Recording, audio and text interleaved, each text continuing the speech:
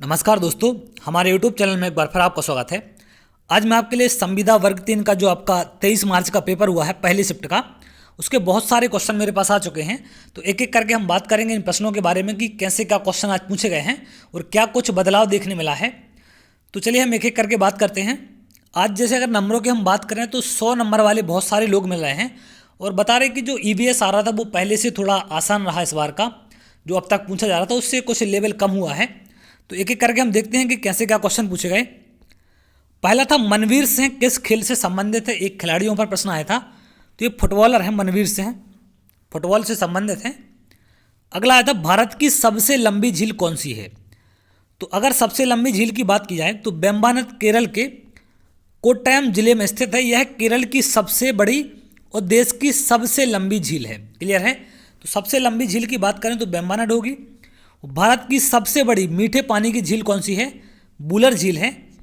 और अगर बात की जाए चिल्का झील की तो ये भारत की सबसे बड़ी झील होने के साथ साथ विश्व की दूसरे नंबर की सबसे बड़ी झील है। क्लियर है।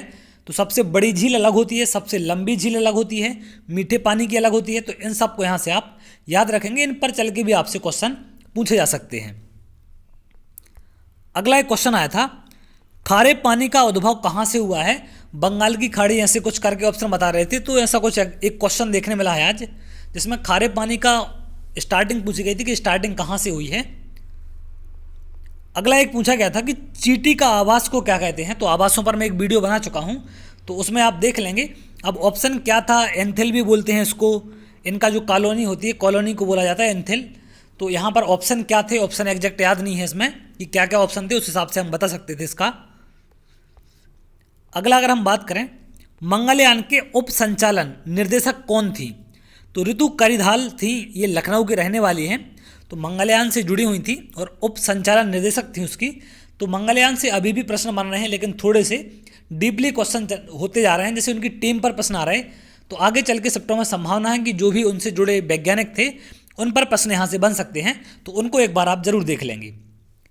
अगला था कि महासागर में प्रदूषण का प्रमुख स्रोत क्या है। तो नदियों के द्वारा महासागर प्रदूषित होते हैं। अब ऑप्शन क्या थे इस पर हम यहाँ से नहीं बता सकते कि ऑप्शन में नदियाँ थीं या क्या था, या डायरेक्ट क्या चीज़ दी गई थी, उसमें कोई पदार्थ दिए गए थे या कोई केमिकल था। अगला क्वेश्चन था विक्रम साराभाई अंतरिक्ष केंद्र के संस्थापक कौन थे। तो विक्रम साराभाई थे इसके संस्थापक।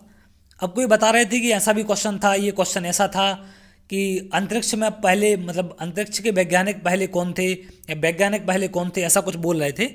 बट क्वेश्चन ये था कि विक्रम साराभाई अंतरिक्ष केंद्र के संस्थापक पूछे गए थे। अगला था कचड़े को किस प्रकार खाद बनाते हैं। ऑप्शन थे जैविक, अजैविक, इस तरीके से ऑप्शन दिए गए थे और इसमें से हमें बताना था इसका। अगला था ओजोन परत का क्षरण किस मंडल में होता है। तो समताप मंडल में होती है आपकी ओजोन परत और वहीं पर इसका क्षरण होता है। अगला था विश्व का कितने प्रतिशत पीने योग्य पानी भारत में है। तो विश्व की बात करें तो मात्र 2% पानी विश्व का भारत में है जो पीने योग्य है। अगले क्वेश्चन की ओर बढ़ते हैं। अगला था पेन किस स्तर का प्रदूषक है।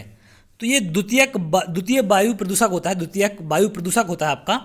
इसका फुल फॉर्म याद रखना, पेरोक्सी एसिटाइल नाइट्रेट इसका फुल फॉर्म है पेन का। तो प्रदूषण से संबंधित क्वेश्चन आज भी बने हुए हैं, तो इनको आप देख के जाएं। अगला था इनपुट आउटपुट प्रोसेसर का सही क्रम क्या है। तो देखिए सबसे पहले जब आप इनपुट देते हैं उसके बाद इनपुट देने के बाद वो प्रोसेस होती है, प्रोसेस के बाद आपको आउटपुट मिलता है। तो इनपुट, प्रोसेस और आउटपुट इसका सही क्रम होगा। अगला पूछा गया था 1995 में किन वैज्ञानिकों को ओजोन परत में, मतलब ओजोन परत के लिए नोबेल पुरस्कार मिला था इनको, ये बताना था। 1995 का नोबेल पुरस्कार पूछा जा रहा है और वो भी ओजोन परत के लिए। तो ऐसे ऐसे क्वेश्चन भी कुछ देखने मिल रहे हैं जिनको बताना थोड़ा सा मुश्किल है। अगला था जुगाली करने वाले पशु पूछे गए थे। तो मवेशी, भेड़, बकरी, भैंस, हिरण, एल्क, जिराफ और ऊंट होते हैं। अब इनमें से ऑप्शन में क्या था ये हम यहाँ से नहीं बता पाएंगे क्योंकि ऑप्शन से हमें इसको डिसाइड करना था। तो कुछ क्वेश्चन ऐसे होते हैं कि जो हम बिना ऑप्शन के उनको करना थोड़ा मुश्किल है। तो बहुत सारे लोग कमेंट करते हैं कि सर सारे आंसर नहीं देते। देखिए जितना पॉसिबल हो पाता है हम लोग कोशिश करते हैं कि आंसर ज़्यादा से ज़्यादा दें और उसके साथ साथ एडिशनल जो डिटेल हम दे पाते हैं आपको वो ज़रूर देते हैं। और जैसे कि आज मैथ की अगर हम बात करें तो जो मैंने अब तक वीडियो डाले हैं क्षेत्रफल वाले, त्रिभुज के आयत वर्ग और अपने समलंब और समांतर ये समचतुर्भुज के, तो इनसे आज सबसे क्वेश्चन पूछे गए हैं, सारे के सारे 4-5 क्वेश्चन इनसे पूछे गए। राधा कृष्णन में कौन सा समास है ये पूछा गया था, तो द्वंद्व समास होता आपका राधा कृष्णन में। अगला था देवेंद्र में कौन सी संधि है, तो इसमें होती है गुण संधि। अगला एक परिवार से संबंधित क्वेश्चन था, उसमें पूछा गया था कि एकल परिवार है कि संयुक्त परिवार है। अब क्वेश्चन क्या था वो एग्जैक्ट नहीं मिला, लेकिन ऐसा कुछ करके एक परिवार से संबंधित प्रश्न पूछा गया था। विस्मय किस रस का स्थायी भाव होता है, एक क्वेश्चन ये था, तो ये अद्भुत रस का स्थायी भाव होता है।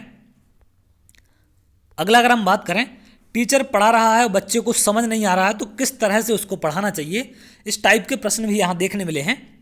पर्यायवाची से प्रश्न पूछा गया था। आज फिर कविता की एक कविता दी गई थी और उसके लेखक पूछे गए थे कौन हैं, तो ये महादेवी वर्मा, इस टाइप से वहाँ पर ऑप्शन दिए गए थे, बट एग्जैक्ट कविता नहीं मिल पाएगी कौन सी कविता थी, तो बताना मुश्किल होगा। अगला अगर हम बात करें तो कोहल वर्ग से प्रश्न देखने मिले हैं। जनसंख्या के ऊपर एक पद्य दिया गया था आज, भगवान कृष्ण की लीला पर एक गद्य आया था आज, तो ये क्वेश्चन यहाँ देखने मिले हैं। कर्मयोह करके ऐसी कुछ एक लाइन थी, उसमें विभक्ति कौन सी है ऐसा कुछ करके पूछा गया था, तो ये एग्जैक्ट क्वेश्चन नहीं मिल पाया। तो विभक्तियों पर भी प्रश्न पूछे जा रहे हैं। ज्ञान कौशल संबंधी प्रश्न हिंदी में देखने मिले हैं। शास्त्रीय अनुबंध से प्रश्न आए हैं, तो इनको भी आप एक बार देख लेंगे। इसके साथ साथ अधिगम से प्रश्न देखने मिले हैं। तो ये तो थे आपके जो प्रश्न पूछे गए हैं। इसके साथ साथ मैथ में जो आज खासियत रही है वो क्या रही है, समांतर चतुर्भुज से प्रश्न आए हैं, आयत वर्ग से प्रश्न देखने मिले हैं, वृत्त से प्रश्न देखने मिले हैं और त्रिभुज से प्रश्न देखने मिले हैं। तो इन सब से प्रश्न आपके आए हुए हैं आज, और इनको मैं त्रिभुज को, चतुर्भुज को और आयत को, इनको मैं पढ़ा चुका हूं, तो आप कृपया करके इनको देख लें, क्योंकि यहाँ से क्वेश्चन आपके 4-5 नंबर के क्वेश्चन कम से कम बन रहे हैं यहाँ पर। क्लियर है।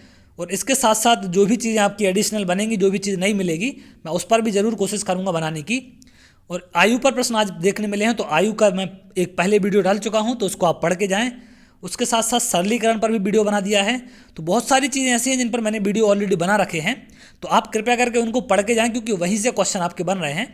वैल्यू बदलती है, थोड़ा बहुत बदलाव होता है, लेकिन पेपर ऐसा नहीं होता कि पेपर आज कुछ पूछा गया कल पूरा चेंज हो जाएगा।